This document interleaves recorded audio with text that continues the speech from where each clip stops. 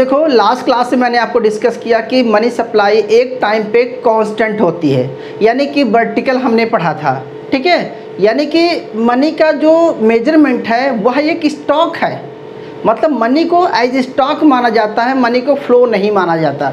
तो मनी एक टाइम पे स्टॉक है। तो आपको मैंने पीडीएफ भेजा है, उसमें देख लेना। और मैं इसको सारे पीडीएफ को, मतलब आपके बुक्स में अलग अलग आर्टिकल्स हैं, लेकिन मैंने सारे आर्टिकल को समराइज़ करके एक में पढ़ा रहा हूँ, क्योंकि हर रीडिंग्स में आर्टिकल में अलग अलग मेथड बताए हैं, लेकिन जो कंबाइंड मेथड है वो एक ही है। तो यहाँ पर आपको मैं डिस्कस करेंगे हम आपके साथ कि मनी सप्लाई को मेजरमेंट कैसे करते हैं, आरबीआई मेजरमेंट कैसे करती है मनी सप्लाई का। हालांकि हम लोगों ने इसको याद होना चाहिए, मैक्रो इकोनॉमिक्स में सेकंड सेमेस्टर में हम पढ़ चुके थे, थोड़ा सा पढ़े थे वहाँ पर, थोड़ा सा यहाँ पे इसको हम और एक्सटेंड कर लेंगे। तो देखिए measurement of money supply, measurement of money supply को आरबीआई वर्किंग ग्रुप ने 1977 में बहुत पहले दिया था।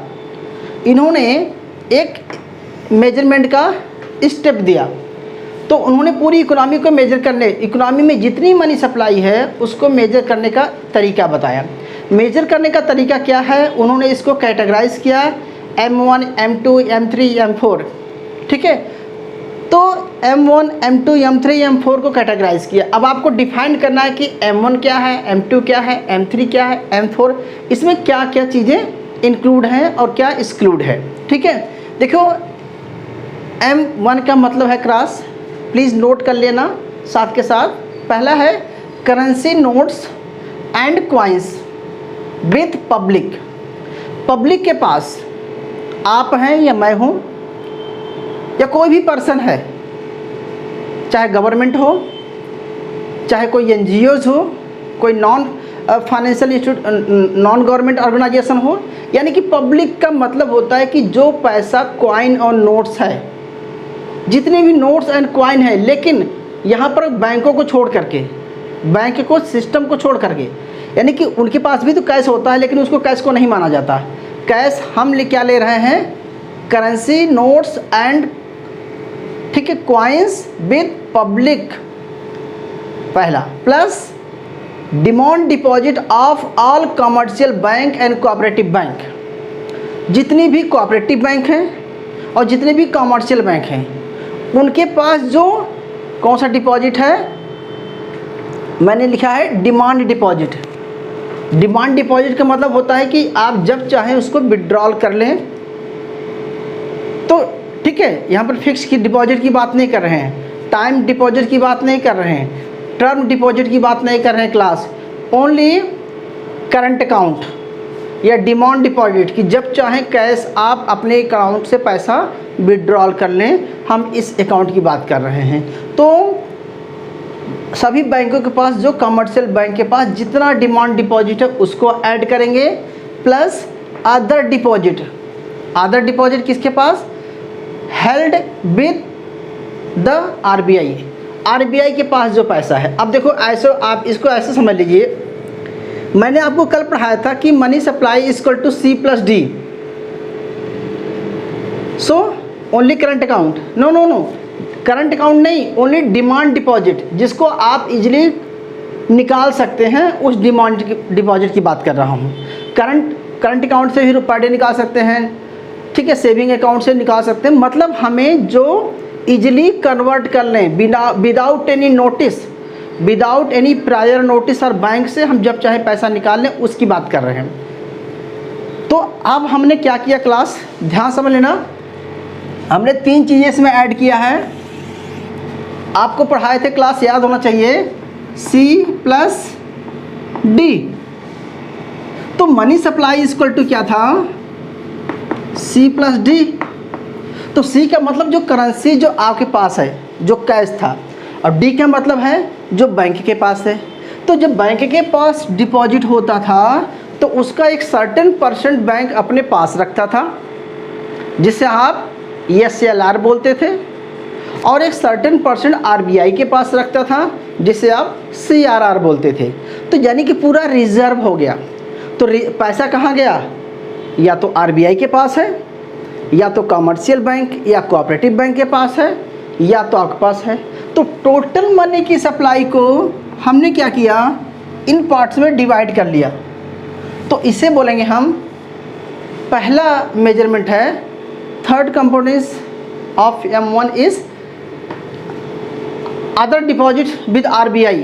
RBI के पास जो डिपॉजिट है, किसका, कमर्शियल बैंक जो पैसा RBI के पास रखते हैं CRR के तौर पे, उसकी बात कर रहा हूँ। यानी कि जो पैसा, देखो क्लास आपको बताए थे कि जो मनी है वो दो जगह डिस्ट्रीब्यूट है, या तो कैश रखे हैं आप या डिपॉजिट किए हैं। डिपॉजिट भी दो जगह डिस्ट्रीब्यूट हो गया, कमर्शियल बैंक के पास और RBI के पास डिपॉजिट हो गया। तो जब हम इसको ही जोड़ देते हैं तो इसी को हमने क्या बोला क्लास, M1 डिसाइड कर दिया। तो RBI ने 1977 में पहला जो मेजरमेंट का तरीका बताया, इसको M1 बोल दिया। क्लियर होगा शायद, ठीक है। अब हम बात करते हैं क्लास दूसरे के। दूसरा है M2।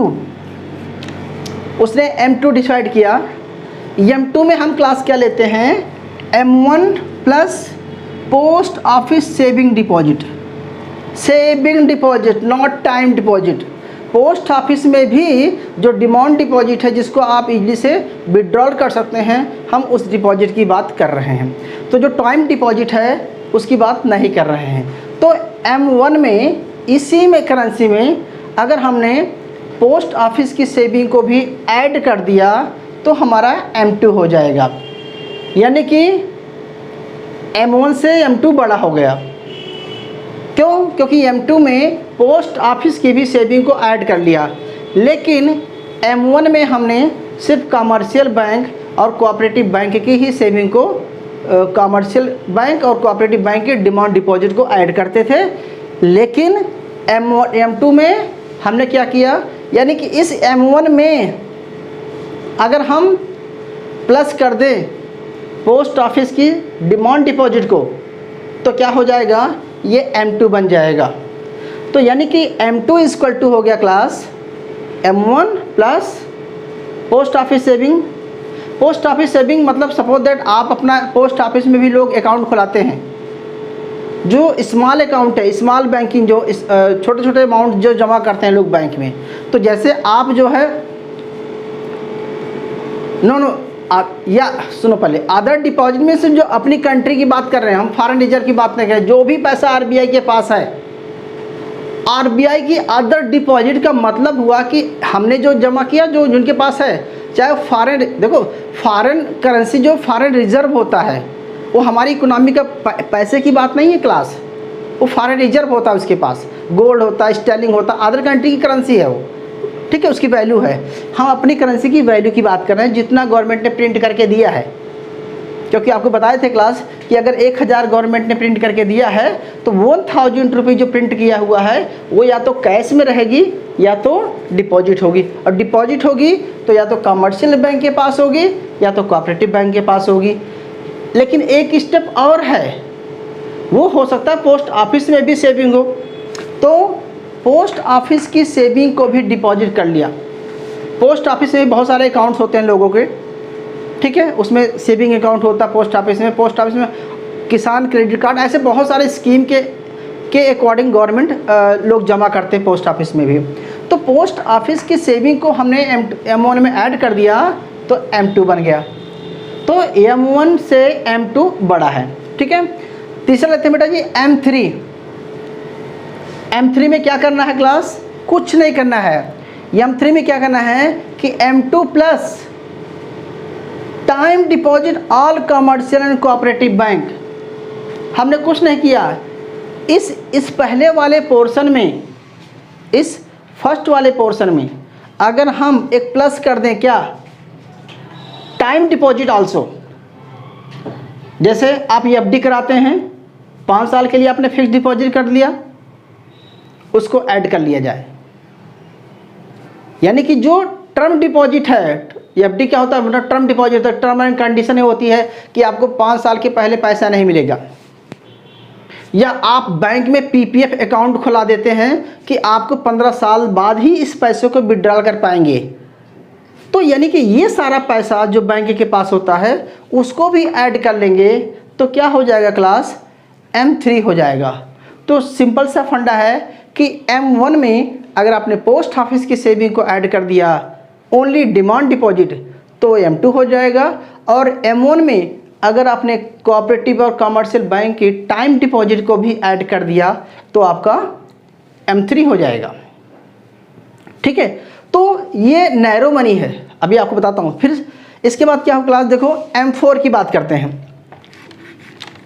M4 में क्या हुआ कि total deposit with post office, total deposit with post office, यानी कि अब हमने क्या किया कि पोस्ट ऑफिस की टाइम डिपॉजिट भी ऐड कर लिया। डिमांड डिपॉजिट जब मर्जी डिमांड कर ले प्लस टाइम डिपॉजिट भी ऐड करिए, दोनों को ऐड कर दिया। तो दोनों को ऐड करने का मतलब ये होता है कि M4 हो गया। तो यानी कि M1 में ही अगर हम प्लस कर दें, क्या M1 में अगर हम प्लस कर दें class time deposit of commercial bank की और time deposit of post office की, अगर दोनों की टाइम डिपॉजिट को ऐड कर दें तो ये M4 बन जाएगा,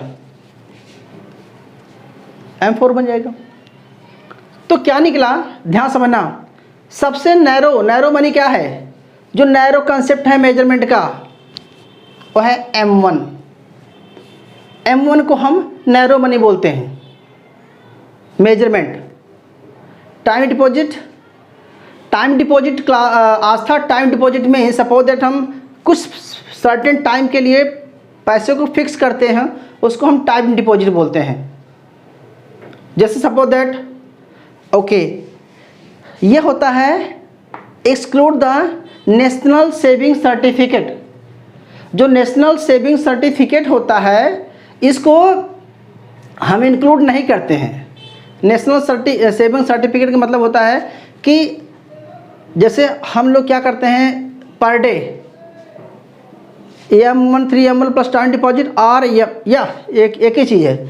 अच्छा, दूसरी बात बेटो क्लास देखो, हम कह रहे हैं कि जैसे नेशनल सेविंग सर्टिफिकेट ये होता है कि नेशनल सेविंग सर्टिफिकेट होता है कि आपको एक सर्टिफिकेट प्रदान की, एक RBI मतलब पोस्ट ऑफिस एक सर्टिफिकेट दे देता है नेशनल सेविंग सर्टिफिकेट का, कि जैसे आप पर डे हमेशा कुछ जमा करते जाते हैं तो नेशनल सेविंग सर्टिफिकेट दे देता है कि आप इन फ्यूचर में चाहें तो इतना पैसा आप हमसे आप ले सकते हैं।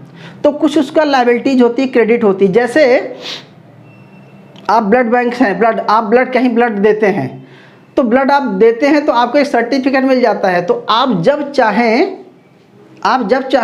ब्लड बैंक से उतना ब्लड आप ले सकते हैं। तो सेम थिंग यहाँ पर है कि जो पोस्ट ऑफिस की सेविंग होती है उसमें कुछ डिपॉजिटर को, जो सेविंग इन्वेस्टमेंटर है, उसको एक सर्टिफिकेट मिल जाता है, यानी कि उसको काउंट नहीं करता, ये उसका मेजरमेंट था। क्यों? क्योंकि ये फिक्स नहीं है। वाइज ओके, क्योंकि ये फिक्स नहीं है, क्योंकि वो मनी नहीं है बेटा जी। मतलब इसमें जो डिपॉजिट है नेशनल सेविंग सर्टिफिकेट को इंक्लूड नहीं करते हैं, क्योंकि वो क्रेडिट है। क्रेडिट इन द सेंस, मैं कैसे बताऊं, ध्यान समझना एक बार, कि ओवर FD कह सकते हैं, टाइम डिपॉजिट FD के अलावा और भी बहुत सारे होता है, म्यूचुअल फंड होता है, बहुत सारे और भी डिपॉजिट्स होते हैं। टाइम डिपॉजिट मतलब जिसमें टाइम बाउंड होता है यार, ठीक है, 1 साल 2 साल 3 साल 6 मंथ 4 मंथ के पहले आप विड्रॉल नहीं कर सकते हैं, वो टाइम डिपॉजिट होता है क्लास। और आपने पूछा कि नेशनल सेविंग सर्टिफिकेट का मतलब होता है कि वो सर्टिफिकेट आपको सर्टिफाई करता है। जैसे ध्यान समझना, जैसे आपके बैंक में 1000 रुपये है, लेकिन आपकी बैंक में इतना क्रेडिट है कि आप 10,000 रुपये विड्रॉल कर सकते हैं। एक सर्टेन पीरियड के लिए आप विड्रॉल कर सकते हैं। इसका मतलब ये होता है कि इसको हम एक वर्ड बोलते हैं, याद नहीं आ रहा है। इस केस में होता है कि आपकी लायबिलिटीज, आपकी क्रेडिट इतनी है कि बैंक आप पर ट्रस्ट कर रहा है, क्योंकि आपसे पैसे से बैंक चल रहा है, तो बैंक आपको ओवर ड्राफ्टिंग की फैसिलिटी देता है। तो ऐसे है कि नेशनल सेविंग सर्टिफिकेट होता है, कुछ लोगों को मिल जाता है, तो वह मनी के पार्ट मतलब वो इंक्लूड नहीं करता है, ठीक है। Wise interest rate is wise interest is charges, तो अरे बेटा कुछ समझ नहीं आ रहा क्या पूछ रहे हैं, मेरा है कि हम एक्सक्लूड करते हैं, नेशनल सेविंग सर्टिफिकेट को हम इंक्लूड नहीं करते हैं, क्योंकि अगर आप कॉमर्स के स्टूडेंट हैं तो बहुत ज़्यादा डेप्थ में जाना पड़ेगा, ठीक है। लेकिन मेरा यहाँ सिंपल है कि हम इसमें नेशनल सेविंग सर्टिफिकेट को, जो सेविंग सर्टिफिकेट दिया गया उसको हम ओके। सो नैरो मनी का मतलब होता है, ध्यान समझना, नैरो का मनी है कि ये मेजरमेंट का नैरो कंसेप्ट है, एक स्मॉल कंसेप्ट है, छोटा कंसेप्ट है नैरो मनी का।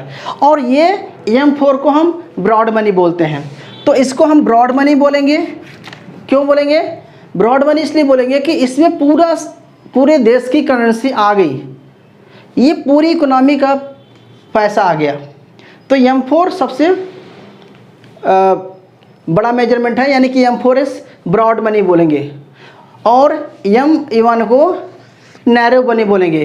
कि नैरो मनी का मतलब होता है कि चार्जेस जो इसमें जो मेजरमेंट करते हैं वो सिर्फ कुछ चीज़ों को लिमिटेड है। मतलब ये M1 का मतलब है कि नैरो कंसेप्ट है मेजरमेंट का, और M4 का मतलब है कि ब्रॉड कंसेप्ट है। जब ब्रॉड कंसेप्ट इसलिए हुआ कि इसमें टाइम डिपॉजिट, सभी डिपॉजिट को ऐड कर लिया, तो ये ब्रॉड कंसेप्ट में हो गया।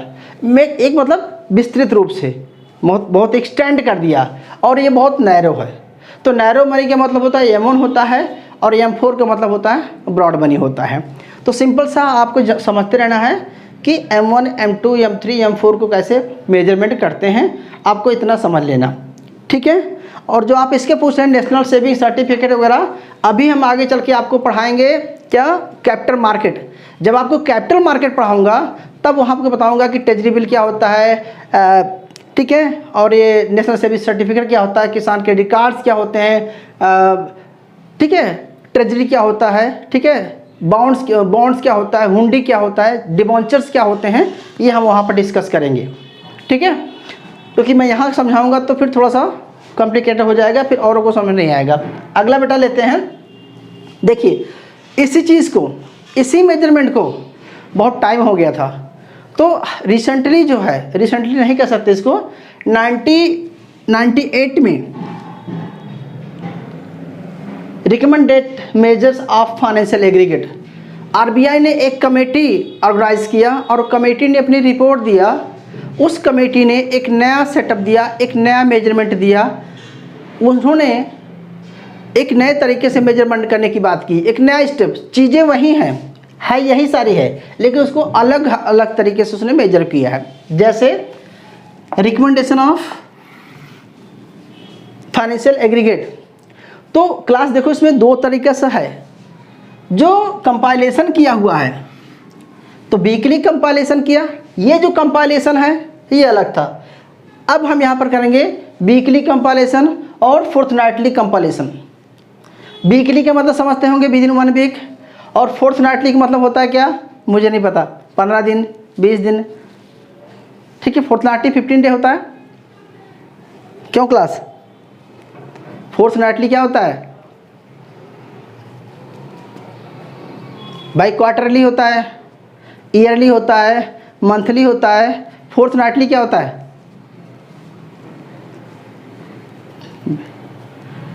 फोर्थनाइटली, यस, फोर्थनाइट्स, 15 डेज, यस, ओके। सो मॉनेटरी एग्रीगेट में क्लास क्या करना है, आपको दो तरह से मेजरमेंट करने की बात करता है।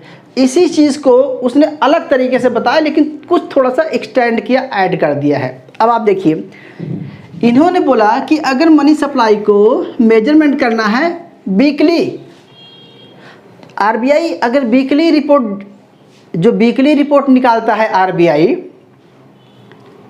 कि मार्केट में मनी सर्कुलेशन इतना है, करंट मनी सर्कुलेशन इतना है। आप देखेंगे, आप पीला पेज नहीं पढ़ते हैं, times of economics times of देखेंगे तो उसमें हर वीक में आता है कि M1 कितना है, M3 कितना है, M4 कितना है, फोर्थनाइटली ये डेटा देता रहता है कि मार्केट में मनी सर्कुलेशन इतना हो रहा है। क्यों, उसका क्राइटेरिया क्या है, इसी क्राइटेरिया को आपको मैं बता रहा हूँ। देखो, पहला इन्होंने M0 किया, तो जो पहले M0 था, M1 था, अब उन्होंने M1 को हटा करके क्या कर दिया, M0 कर दिया, यानी कि M4 को फिनिश कर दिया है। M4 को उसने हटा दिया है, ऐसा समझ लीजिए। तो M4 को हटा दिया तो M1 को उसने M0 बना दिया। एम नॉट का मतलब होता है, अब देखो एम नॉट में क्या क्या ऐड होगा क्लास, करेंसी इन सर्कुलेशन, जो भी करेंसी सर्कुलेशन में है उसको, M plus bankers deposit with RBI, bankers ने जो डिपॉजिट किया है विद आरबीआई के पास, plus other deposit with RBI, RBI के पास जो और डिपॉजिट है उसको, यानी कि चाहे आप ऐसे पकड़ लीजिए चाहे ऐसे पकड़े, बात तो यही है, बात तो यही है। यानी कि उसने बोला कि currency note and coins with public, ठीक है, तो वही हुआ करेंसी इन पब्लिक, ओके, दोनों चीज़ आ गया। फिर commercial and non cooperative bank, तो इसने बोला कि करंट डिपॉजिट जिसको कभी भी विड्रॉल किया जा सकता है विद बैंकिंग सिस्टम, मतलब बैंकर्स डिपॉजिट विद आरबीआई, जितने भी बैंकर्स हैं, तो इसमें cooperative bank and commercial bank सभी बैंकों को ले लिया, plus other deposits of RBI, RBI के पास जो अदर डिपॉजिट है, ठीक है, यानी कि बात तो ही पड़ गई कि जो आप डिपॉजिट करते हैं उसका कुछ पैसा आरबीआई के पास जाता है, कुछ कमर्शियल बैंक अपने पास रखते हैं, एसएलआर अपने पास रखते हैं, एक्सेस रिजर्व अपने पास रखते हैं, सीआरआर जो है आरबीआई के पास जाता है, repo rate, reverse repo rate, समझ रहे हैं आप, कुल मिला के सारा सिस्टम है लिक्विडिटी एडजस्टमेंट फैसिलिटी की तरह काम करते हैं कि पैसा जो है आपने मिक्स करा दिया, अरे भैया मिक्स नहीं किया बेटा, दोबारा बता दो सब। देखो ये चीज़ें हैं, M1 है बेटा, M1 है, इसी M1 को हमने एम नॉट कर दिया। जब एम नॉट करेंगे यानी कि अगर इसी चीज़ को एम नॉट कर देंगे, लेकिन कब, जब आपको वीकली मेजरमेंट करना है, तो यानी कि वीकली मेजरमेंट करना है, वीकली कंपारिजन करेंगे, तो जो M1 था वो एम नॉट हो गया। लेकिन इसमें जो कंपारिजन है जो इंक्लूड कर रहे हैं वो सेम है, मतलब currency in circulation, bankers deposit, currency circulation मतलब कि जो बैंक करेंसी है जो लोगों के पास है, जो पब्लिक के पास है, plus bankers deposit with RBI, जो कमर्शियल एंड कोऑपरेटिव बैंक के पास डिपॉजिट है उसको, और plus other deposit of RBI. यानी कि M1 को ही उसने एम नॉट बना दिया, लेकिन कब बनाया, जब आपको वीकली मेजर करना है, तो वीकली मेजरमेंट निकाल रहा है डेटा आरबीआई, तो उसका मतलब है कि ये वीकली जो निकाल रहा है वो नैरो मनी है, और नैरो मनी को वीकली लेवल पर निकालता है, उसको M1 बोल सकते हैं पुराने मेजरमेंट के हिसाब से, और नए मेजरमेंट के हिसाब से आप एम नॉट बोलेंगे, ठीक है, कुछ नहीं करना है, ओके, ठीक है। अगला लेते हैं फोर्टनाइटली। अगर वो 15 दिन में डेटा निकालेगा आरबीआई कि भैया मार्केट में मनी सर्कुलेशन कितना है, तो अगर फोर्टनाइटली निकालता है तो क्या होगा, अब उसने किया M1 कर दिया। M1 क्या किया बेटा, करेंसी इन पब्लिक और current deposit with banking system, ठीक है, demand deposit, demand liabilities, portions of,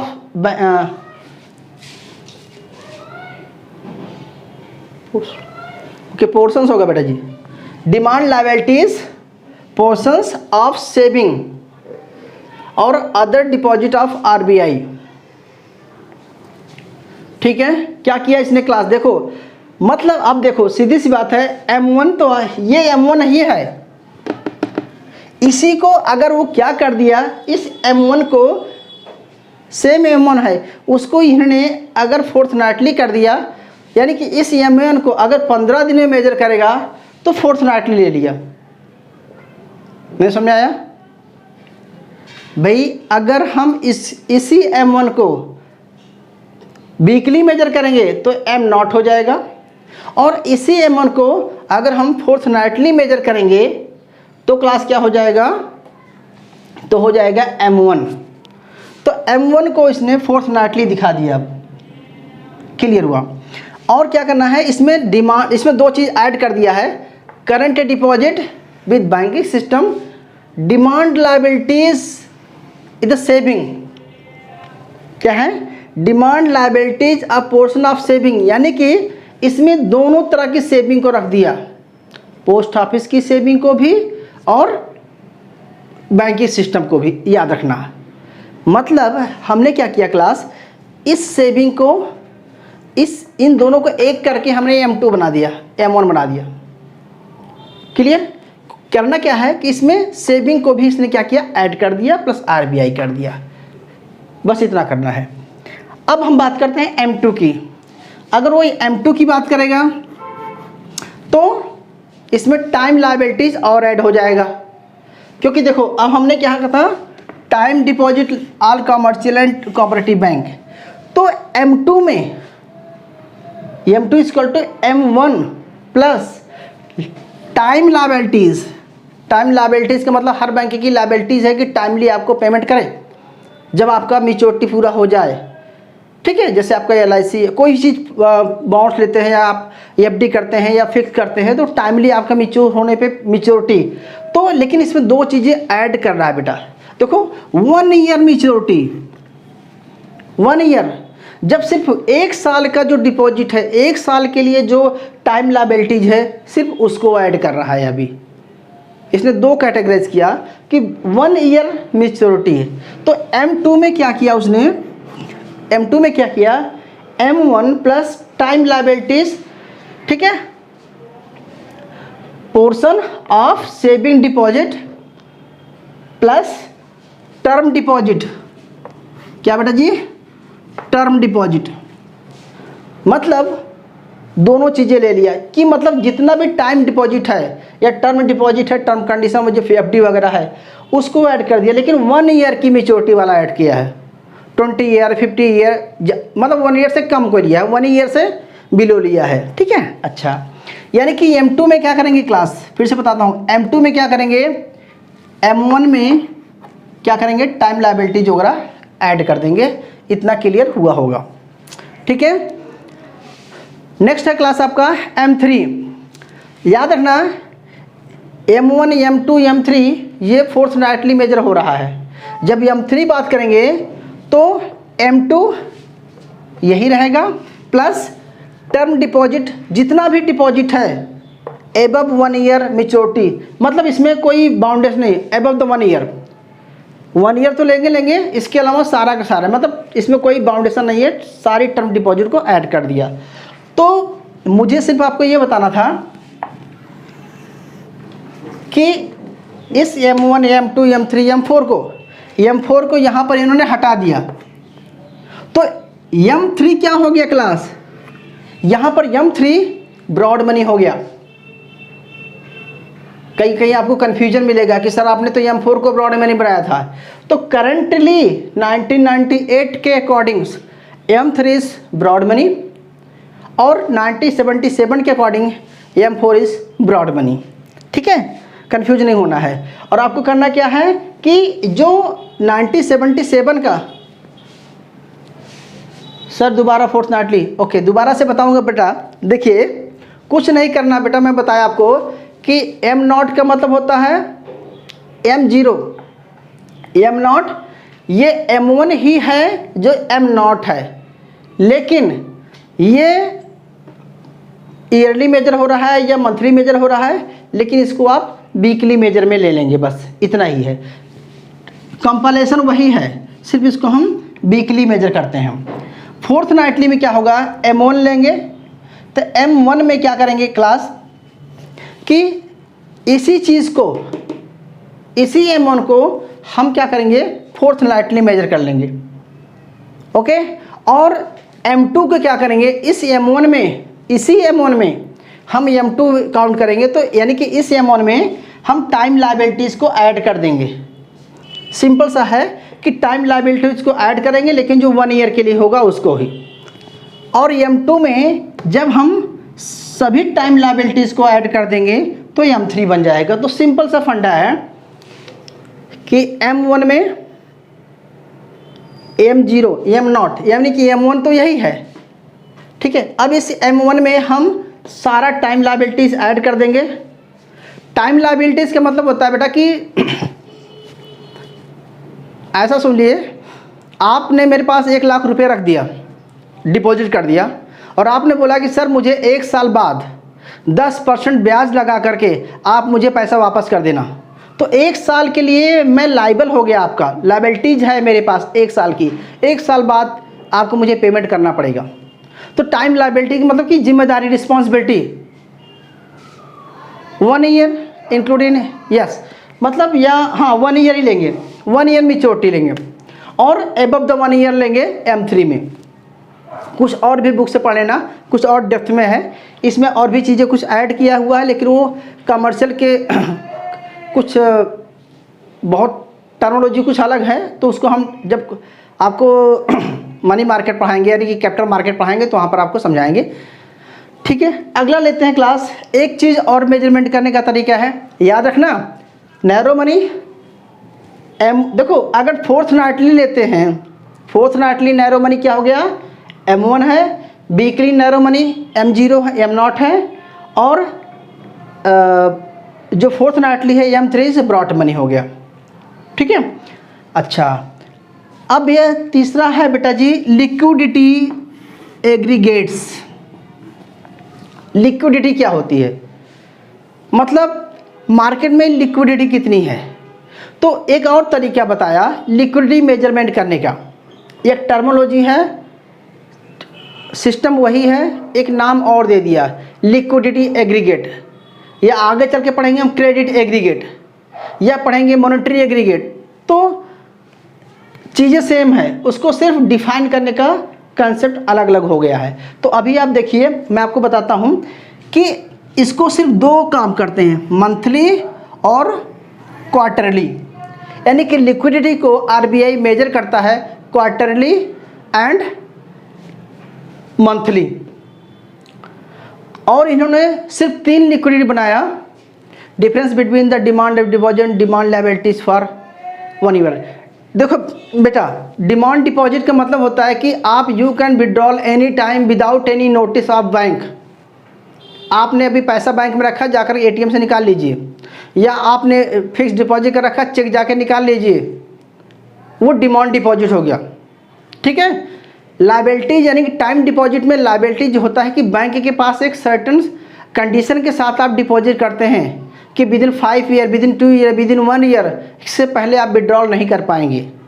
अगर आप विड्रॉल करते भी हैं, आप तो अपनी FD को तोड़ा लेते हैं या आप PPF तोड़ देते हैं, तो उसमें कुछ कंडीशंस होती है, उसमें आपको कुछ सर्टेन चार्ज कट जाएगा। तो RBI के पास अगर टाइम डिपॉजिट की बात करें कि कितना पैसा टाइम डिपॉजिट में जमा है, या कमर्शियल बैंक के पास, तो टाइम डिपॉजिट का मतलब क्लास यहाँ पर है कि एक सर्टेन टाइम के लिए आप फिक्स कर देते हैं। तो टाइम लायबिलिटी मतलब होता है कि एक टाइम के बाद ही आपको पैसा मिल पाएगा। ठीक है, अगला है बेटा जी मंथली कंपाइलेशन लेना है इसमें, और क्वार्टरली कंपाइलेशन लेना है। मंथली में क्या होता है, इन्होंने 3 स्टेप बनाए हैं, L1, L2, L3। L1 में क्या है, M2 plus all deposit with post office saving. बहुत सिंपल मेजरमेंट है L1 का कि M2 में, यानी कि M2 में, इस M2 में आप क्या करेंगे, M1 प्लस टाइम लायबिलिटीज तो है ही है, मैच्योरिटी प्लस पोस्ट ऑफिस की भी जितनी डिपॉजिट है उसको भी ऐड कर देंगे तो L1 हो जाएगा। सिंपल सा है। ठीक है, अगला है बेटा जी हम लायबिलिटी मेजर कर रहे हैं। दूसरा होता है या इसको लिक्विडिटी भी बोलते हैं, लिक्विडिटी। तीसरा है बेटा जी M2। M2 में क्या करना है, L1 प्लस टर्म डिपॉजिट कि जितनी भी टर्म डिपॉजिट है, यहाँ हमने पोस्ट ऑफिस की डिपॉजिट लिया हुआ है, यहाँ पर टर्म डिपॉजिट ले लिया, मतलब रिपीट L1। L1 बेटा M2 तो है ही आपका, ये आपका M2 है, इस M2 में आपने क्या ऐड किया हुआ है, इसको। ठीक है, M1 plus time liabilities portion of saving term deposit 1 year वाली लेते हैं, और इसी में अगर आप टर्म डिपॉजिट 1 ईयर एबव जो है तो इसी में आप पोस्ट ऑफिस की भी सेविंग को ऐड कर देते हैं तो आपका L1 हो जाएगा। ठीक है, L2 क्या होता है class? L1 plus term deposit. ठीक है, इसमें कोई बाउंडेशन नहीं है, पूरा सब कुछ ले लेते हैं जैसे आपने यहाँ पर लिया था। ठीक है, ओके। तीसरा है बेटा जी L3। तो L3 में L2 यानी कि L1 plus term deposit plus public deposit of non banking financial corporation. अब बोलोगे सर ये क्या होता है? Non banking financial corporation, non banking financial corporation ये होते हैं जैसे आपने, अरे भाई नंदनी, L1 में क्या किया हमने बेटा? M2 या आप यहाँ से देख लीजिए यार। ठीक है, M2 ये है M2। इस M2 में आप क्या करेंगे? All deposit with post office, post office की सारी डिपॉजिट को L1 निकालने के लिए M2 में पोस्ट ऑफिस की सारी डिपॉजिट को आप ऐड कर दीजिए। L2 में क्या करना है? टर्म डिपॉजिट को ऐड कर देना है L1 में। L3 में क्या करना है? L2 plus public deposit of non banking financial corporation. जैसे आप बोलेंगे सर ये नॉन बैंकिंग फाइनेंशियल कॉरपोरेशन क्या होता है? तो जैसे आप LIC पॉलिसी लेते हैं, LIC लेते हैं, GIC है, आप इंश्योरेंस पॉलिसी लेते हैं जैसे, तो इन सब को हम बोलते हैं नॉन बैंकिंग फाइनेंशियल। ये बैंक नहीं है, LIC बैंक नहीं है। ये ICI पोटेंशियल में आप बॉन्ड्स लेते हैं, वो पॉलिसी नहीं है। यानी कि और भी पैसा जो आप कहीं और लगा रखे हैं उसको भी जब ऐड कर लेते हैं तो हम पूरा का पूरा लायबिलिटीज हो जाती, लिक्विडिटी हो जाती है।